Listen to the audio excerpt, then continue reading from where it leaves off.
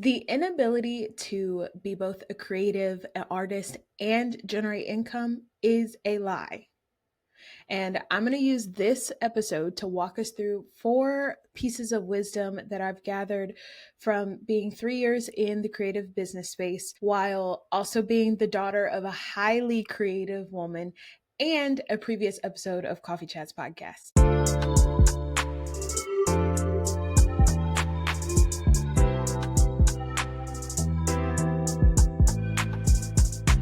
So I did an episode with Jobana Semones a little bit ago, where I think actually in March, where we talked about her business as a interactive.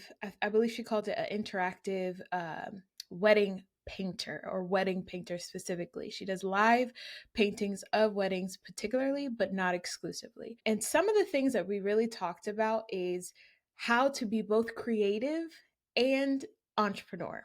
A lot of times when we hear people who are entrepreneurs, we don't really think about how they can also be making money. Oftentimes it's kind of like the struggling artist or the starving artist stereotype that we are often considering or often thinking about. Even me personally, whenever I'm like, oh, I have a podcast, or whenever I tell somebody about my podcast, it kind of feels like I'm telling somebody that I have a mixtape, regardless of how innovative and how interesting and how booming the podcast industry has become within the last 5 to 6 years. It doesn't matter. It still feels like, hey, come listen to my mixtape. um, so regardless, there is a avenue for creative business owners. Even if you think back to when TikTok, and I'm bringing this up because I've experienced this with Vine and now experienced it again with TikTok, how people who are highly, highly creative don't really consider themselves to be entrepreneurs, and they really don't engage with their selling of their artistry, of their creativity in an entrepreneurial way. And I think it's one of the things that's kind of hurting our ability to grow and to sustain ourselves as creatives. So I want to be able to dive into 4 big pieces of wisdom that I was able to pull from Jobana's episode. If you haven't listened to that, I'm going to put it in the show notes, as well as what I've gathered from being the daughter of a highly creative woman. For those that don't know, I feel like I've mentioned my mom in dang near every single episode in some capacity. I am in awe of her. I am in awe of how incredible it is to watch not only a woman, but a woman who is a veteran, do the dang on thing in the business space and really carve out what it looks like for her to exist in her most creative self while supplying for herself and for her family. So let's get into our 4 pieces of wisdom. First off, I want to mention that your origin story is not random, it is the blueprint. Okay? 360 from like where the creation starts and where maybe dullness and a little bit of soul crushing work begins. I did a lot of wonderful things where I was able to help a lot of families, helping people through navigating budgeting and their financial well-being. So it kind of made me think about like the money side of things because as a business owner, I think that's important and often it's one of the things that we overlooked at how to plan for. I transitioned into marketing because the job that I was in kind of saw my creative spark and my innovations, and I got to do a lot of really cool things. I got to, create a mascot, I create a financial education program for kids. So all of that was great. But as many people who have worked a 9 to 5 job, you are very limited into what you can do, and your time is not yours. And if you're not careful, you can experience burnout.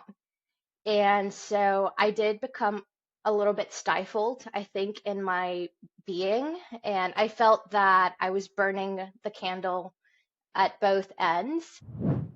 So many creatives feel like our past jobs or our creative pivots or our pitfalls, our failures, personal challenges were a waste of time. And I want to tell you that that has to be one of the biggest lies that we kind of get ourselves to believe in. Me, for example, I went from studying human development and family studies to wanting to be, when I was studying that in college, I wanted to be a teacher. I wanted to be in the nonprofit sector. So I went from teacher to nonprofit to working to wanting to be like a speaker and a podcaster to developing websites to being a writer to being an Uber driver to working at Enterprise Rent-A-Center or Rent-A-Center, Rent-A-Car, Enterprise Rent-A-Car, and back to podcasting. All of this, when I started really thinking about it, and in the moment, it feels like, Tahjma, what the heck are you doing? What the heck is going on over there? And if you don't truly take the time to pinpoint what you have going on and what um, pieces of lessons and pieces of skills that you've garnered from all of these different experiences, you'll think that you're all over the place. And in the moment, I can't lie to you, it does feel like you're all over the place. But what I didn't know is I garnered so many of the things that I have learned from being in the nonprofit sector has helped me with being able to know how I want to have programs and products and services that truly impact people. I don't want to create a business for the sake of transactions. I want to be able to help people solve very tangible problems.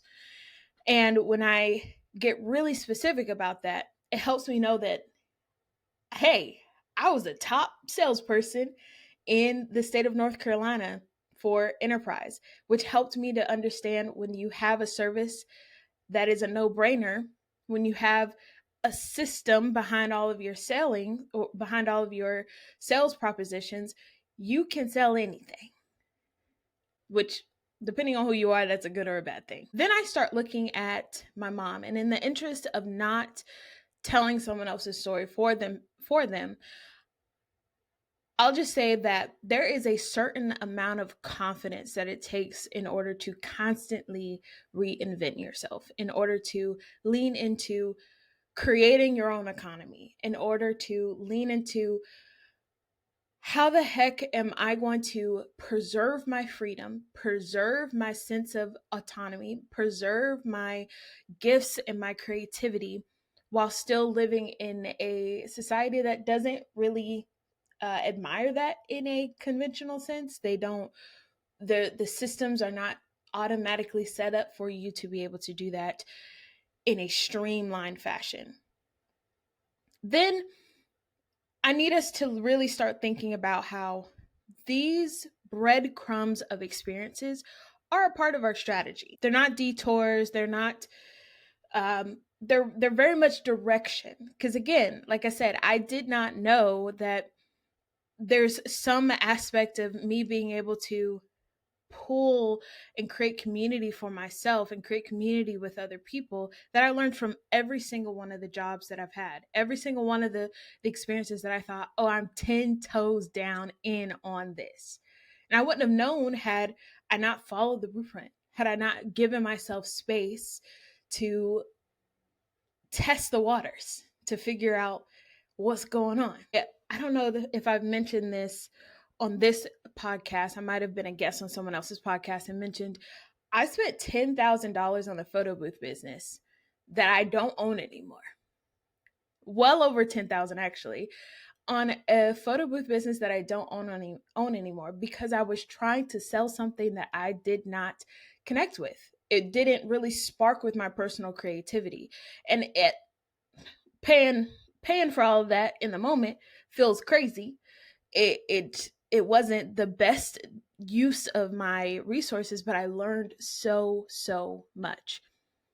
All of the people that we admire as business moguls, as creatives who are in the mainstream society or mainstream of their industry, we admire them because they had all of these pitfalls and all of these failures that they can pinpoint back to. Oh, I learned that lesson, let me come back and make sure I don't make that mistake anymore. That lesson cost me $50,000, let me make sure I don't do that.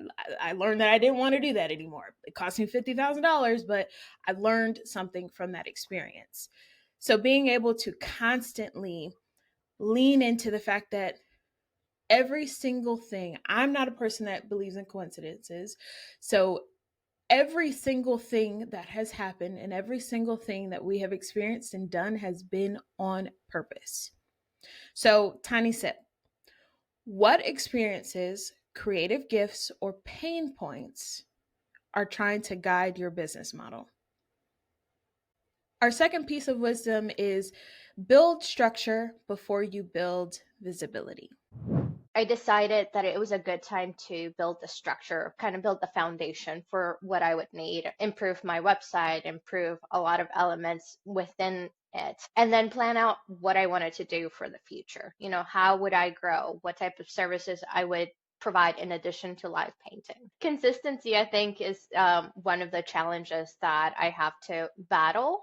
And I guess when I say consistency is, you know, how will I show up for my business each day?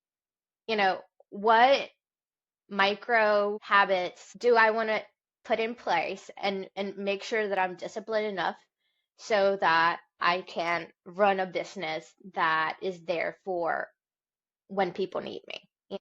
Also, consistency in posting. I am the worst social media poster so far, but that's because I focused a lot of my energy in just building the underlying structure. Because, like, you know, I could post and I could, you know, hit a moment where like a lot of people are asking for orders or doing all these things, but like if I don't have the structure to support that level of demand, then I may ruin my business because then there's disappointment in people.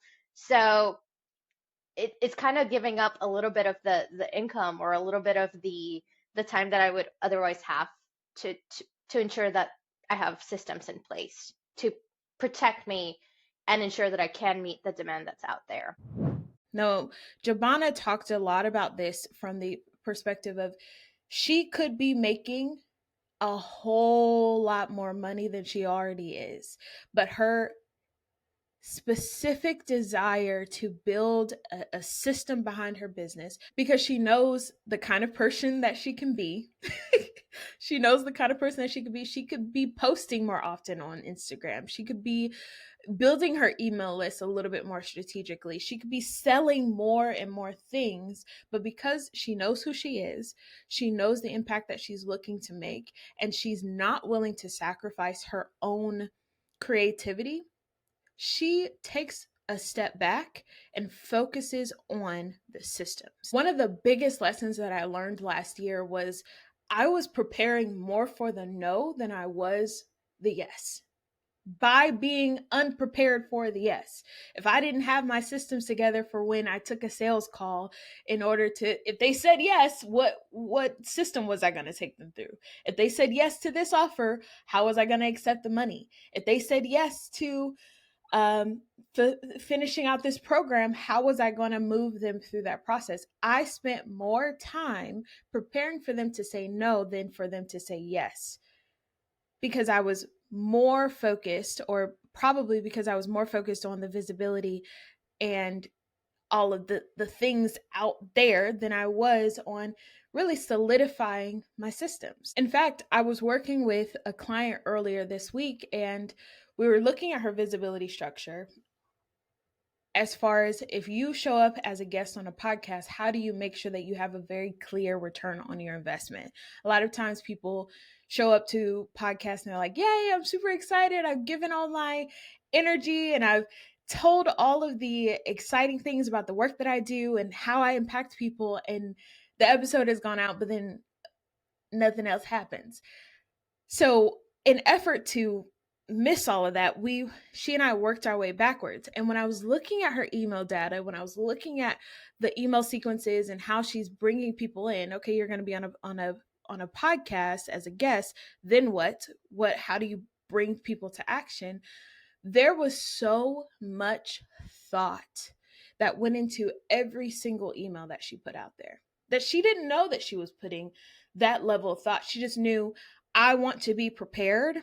I don't want to move too fast, because haste does not, I forget what the Bible verse is, but it's in Proverbs where it talks about haste makes many mistakes. You can be so excited, and us creatives have a way of being super, super excited about something and then just jumping the gun and wanting to do it, which serves, personally, it has served me well in some aspects, but in most, write the plan, work the plan, and then move forward. What I noticed about what she had going on was she wanted to be very specific about how she was taking people through a process.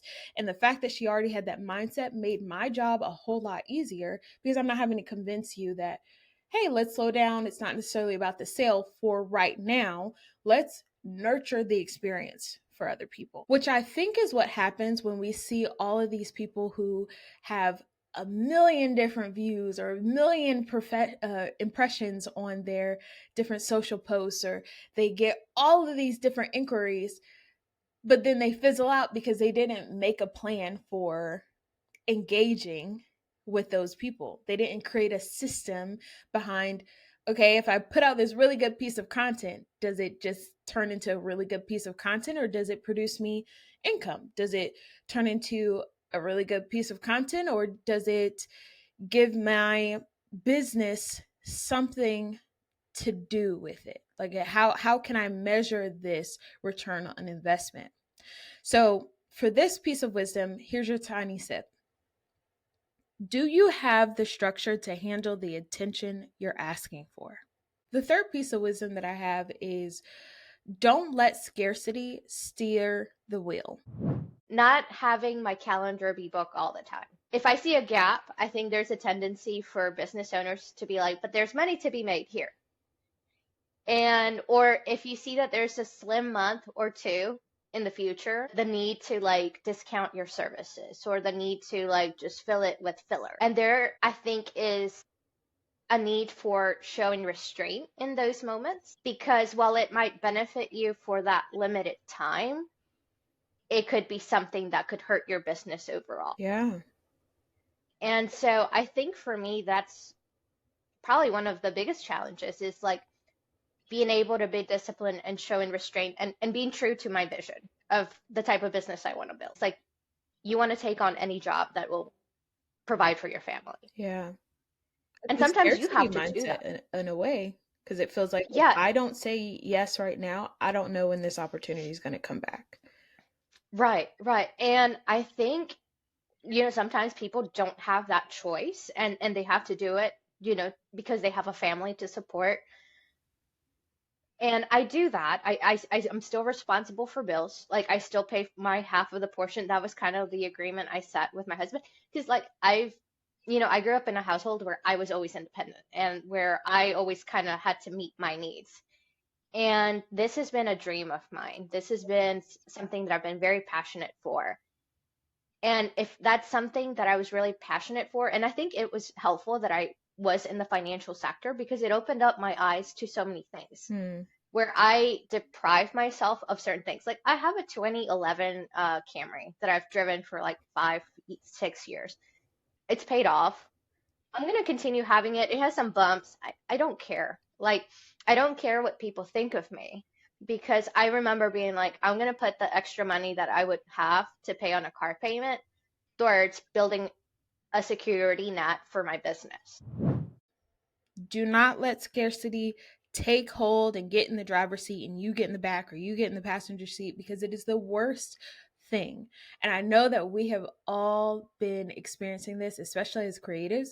We all get into this moment where we know we need to make the sale, we know we need to pay this bill, we know that we need to do something in order to bring some version of income in. So we just settle with a really crappy client that we kind of know was going to be a really crappy client from the beginning. Or we allow ourselves to get out of flow. We allow ourselves to sign on with programs and partnerships with people that aren't really a match.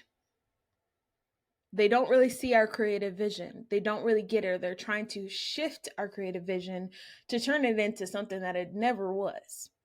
And one of the things that I've noticed is we always regret when we sign on a client that we did not want to sign on to, when we underprice our services, when we allow someone else to dictate our creativity. We always regret it, but then we keep doing it. And I think we keep doing it because we haven't set up any parameters or boundaries for ourselves, not for somebody else, but for ourselves, boundaries for ourselves, parameters for ourselves to stop it, to make sure that we're not making decisions out of fear. So, a couple of things that I like to do is it is really important to me to read my Bible. Now, I won't pretend or I won't lie to you until I tell you I read it every single day, but I can feel the difference when I don't. I can feel the difference when 3 days goes by and I'm like everything feels like it's going off the wheels. It's because, girl, have you drank any water? Have you eaten something yet? Have you read your Bible? So putting parameters around what you have going on is very, very helpful.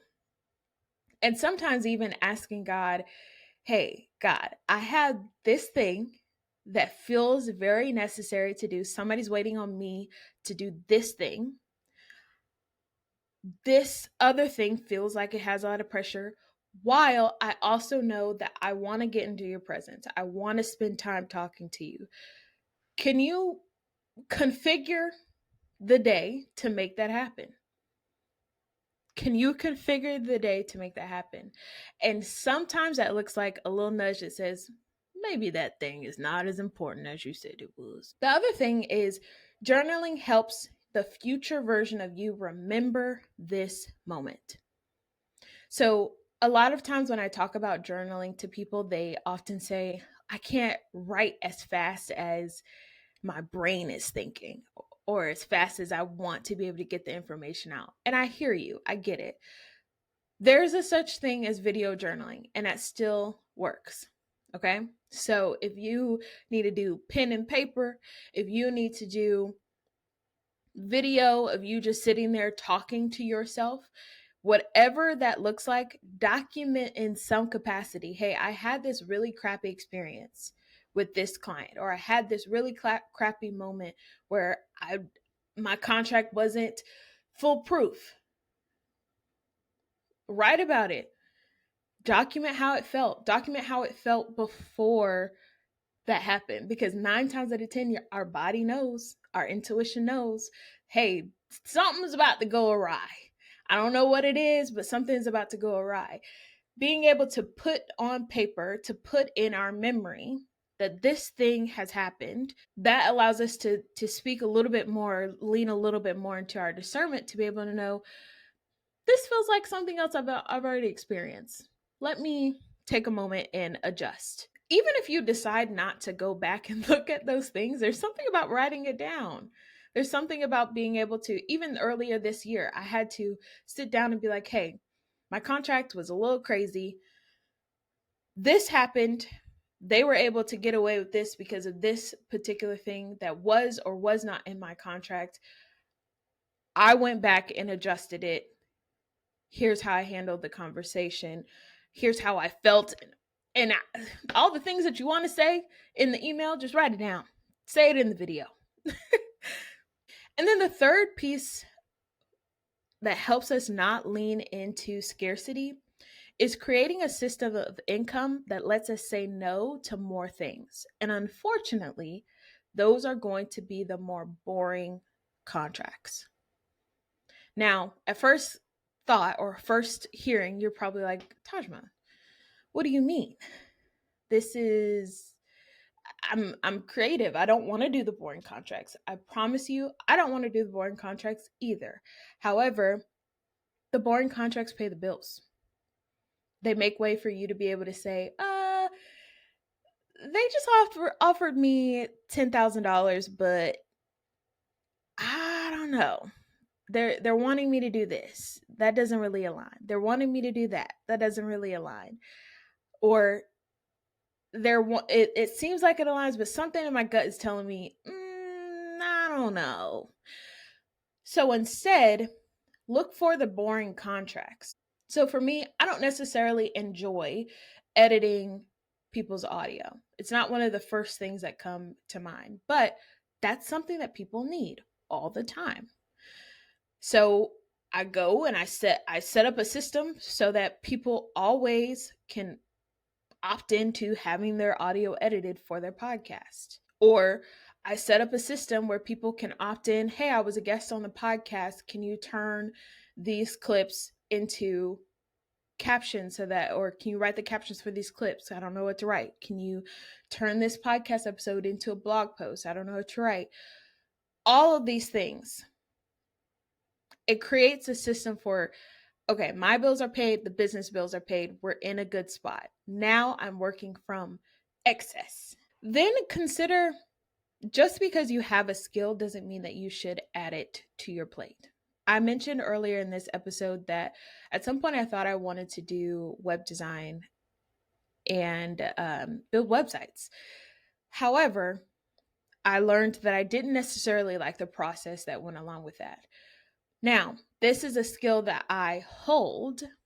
And at some point in launching people's podcasts, in managing people's podcasts, I thought, oh, well, it's an easy thing that I can put on there to just be like, oh, I'll make a landing page for your podcast. As much as I can do it, everything that we can do shouldn't be done. As much as I can do it doesn't mean that I should do it. So I pulled that portion of the service from my list and outsourced it. I give other people who that's their jam. I give them the opportunity to say, hey, I have this client. Can you build a landing page for them? Which again allows us to not work from a place of scarcity, not work from a place of fear. Little things like that give us the mental clarity to work from our own true zone of genius, which is what you and I, creative business people, we love. If we can be creating for the entirety of the day, that we're in our happy place. But little moments like this, where just because you have the skill, just because you can write, doesn't mean that you need to go write a blog post. Just because you can edit doesn't mean that you need to go and start editing everybody's stuff. Stick to your zone of genius. And it robs other people from the opportunity to work within their gift. How dare you? So then my final note within this piece of wisdom is prioritizing business sustainability over appearances. One of the things that I like to make sure that I do is keeping my expenses lean as possible. If I don't have to buy it, even if I absolutely have the money, I'm not going to buy it. A good example of this is I have the money to opt into Asana. I love Asana. I love working with Asana. It's a great project management tool. However, I'm on the free version of Asana because for whatever reason, I don't know if you have seen, but if you go and opt into Asana and it's just you, they still want you to pay for 3 seats.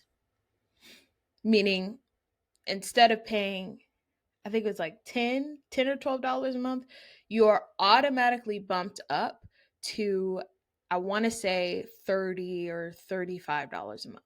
Now, the tool is very useful. However, I'm a person that pays attention to every single cent that goes in and out of my accounts. There is no world that I am going to pay for a subscription service for seats that don't exist. It's just me right now.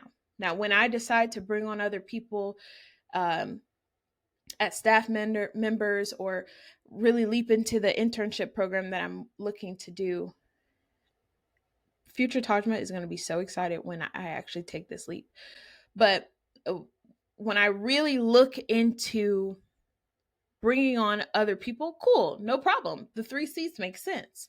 However, if I don't need to buy it, I'm not buying it. And I think that's one of the things that we run into the issue of, where we're thinking, oh, but everybody's using AI. Oh, but everybody has this. This everybody says that this is going to make my job so much easier as a digital marketer, as a virtual assistant, as a event planner, as a web designer, developer, whatever.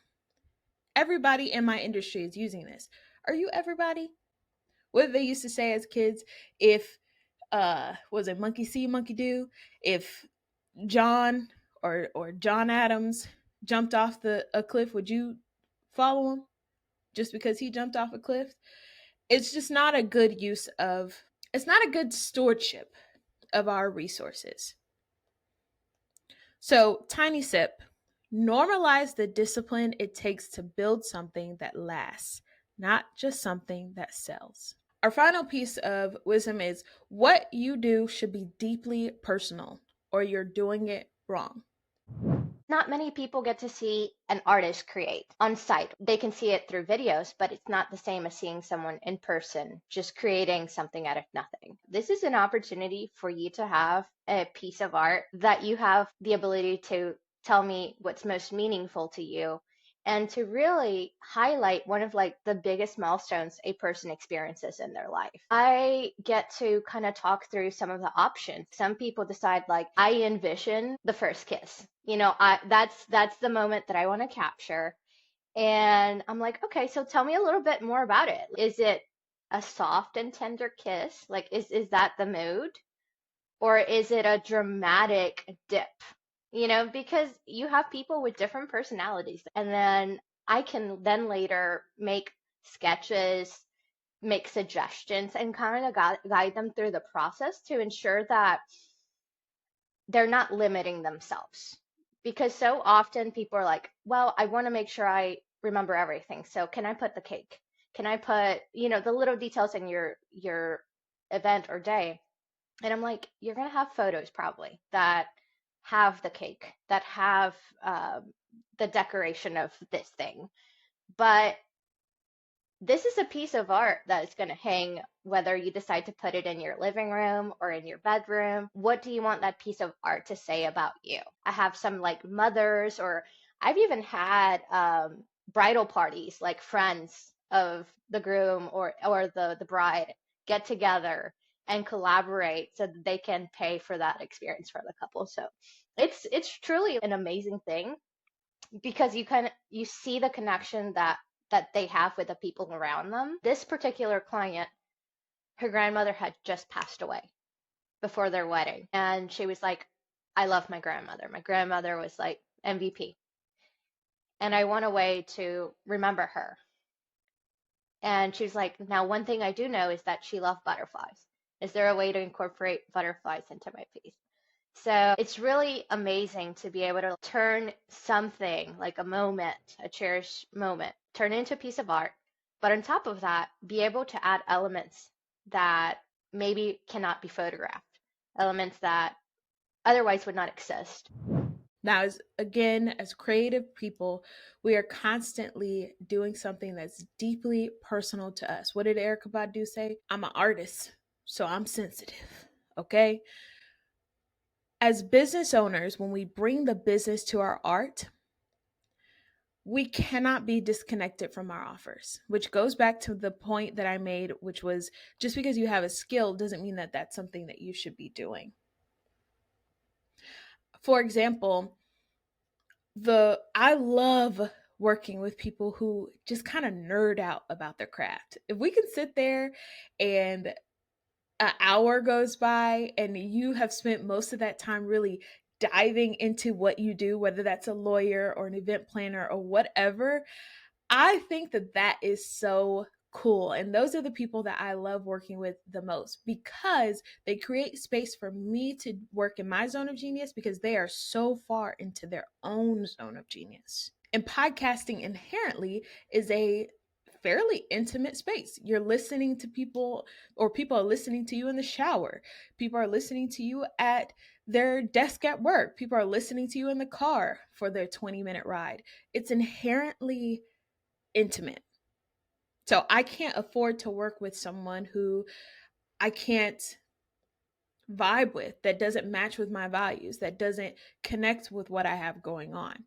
Jobana also spoke to her not simply delivering an art piece. People are getting the opportunity to watch someone live paint at a wedding. So she's delivering the art piece, a physical canvas. However, she's also delivering an experience. She's also asking questions up front. Hey, what do you want this piece to embody? This is not just your simple, you have a photographer there, but this is not just simply y'all are at the altar, I'll do the painting. I want to be able to craft what is so special to you in this moment. And she gets it done. That's intimate. And it matches her values and it matches her vibe. And my mom, in particular, as an event planner, what could be more intimate than that? She is crafting and curating an experience to celebrate people's business and life milestones. If you mess up my 50th birthday party, or if you give me a copy and paste 50th birthday party, I'm not going to be super excited. I'm not going to be super happy. If you give me a copy and paste grand opening, I'm not going to be super excited and super happy. You need to know who I am.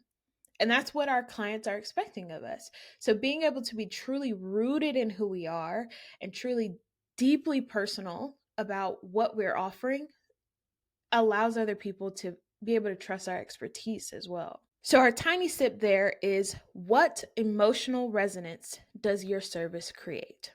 What would people feel from working with you? Okay, so now for today's faith note, which actually comes from two places today. For those that have not been listening to Coffee Chats podcast before, um, this podcast and the business behind it, Atmos Management, is rooted in the scripture of Matthew 17:20, which reads, if you have the faith of even just the size of a mustard seed, you can tell that mountain to go from here to there, and it will do it. It will listen. It takes a whole lot of faith in order to be a business owner. It takes a whole lot of faith in order to do a lot of things, but especially to be a business owner, especially to be a creative business owner. It is our responsibility to lean into the gifts that we've been given, our creativity, and allow God to do the rest. So every episode, I leave us with a faith note, whether that's a solo episode like this one or a guest episode like the one probably linked somewhere in the show notes or on the video version of this episode. So today's faith note comes from Ecclesiastes 9:10. And when I read that, it reminded me of Colossians 3:23. So I'm going to read both of those. Starting with Ecclesiastes 9:10. Whatever your hand finds to do, do it with all your might. For in the realm of the dead, where you are going, there is neither working, nor planning, nor knowledge, nor wisdom. Let me go to Colossians 3:23. Whatever you do, work at it with all your heart, as working for the Lord, not for human masters. As creative entrepreneurs, we are so easy to lean into the feeling of, I'm an artist, or I do work whenever the feeling piques me. Whatever that feeling is, it's different for a lot of us, but a lot of us really want to just lean into the fact that we are artists so we can flow by the wind. If you read Ecclesiastes, the entire book really mentions the wind and how unsustainable it is. That's one of the consistent pieces that happen throughout the entire book. When I read these verses, it reminded me of the importance of working from excellence. When we're working from excellence, and oh my gosh, Kirk Franklin actually said this in a way that I feel like I needed to hear him say this. And there was some podcast that he did within the last year or two where he talked about how a lot of people think that just because they put a stamp of God on it, that already makes it excellent.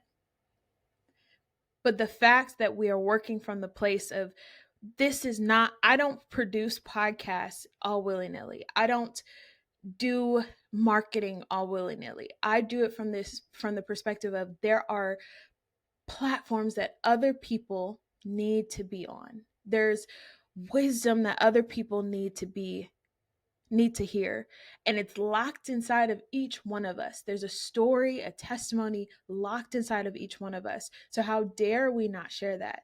So it's my personal responsibility to create platforms for other people to have their message heard. essentially. From an artistry standpoint,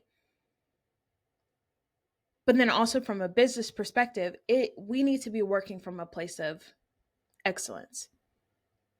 This is our opportunity in this life. This is our opportunity to work from a place of excellence.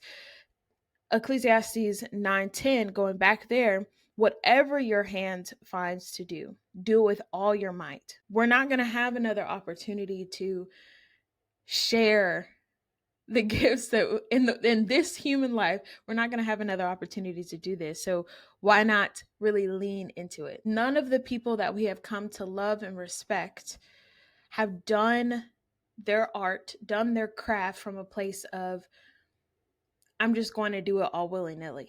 I'm just going to do it when the feeling strikes me. I'm just going to start writing because I have the vibe and the feeling to start writing. I'm just going to podcast just because I have the feeling of I have the energy to do it right now.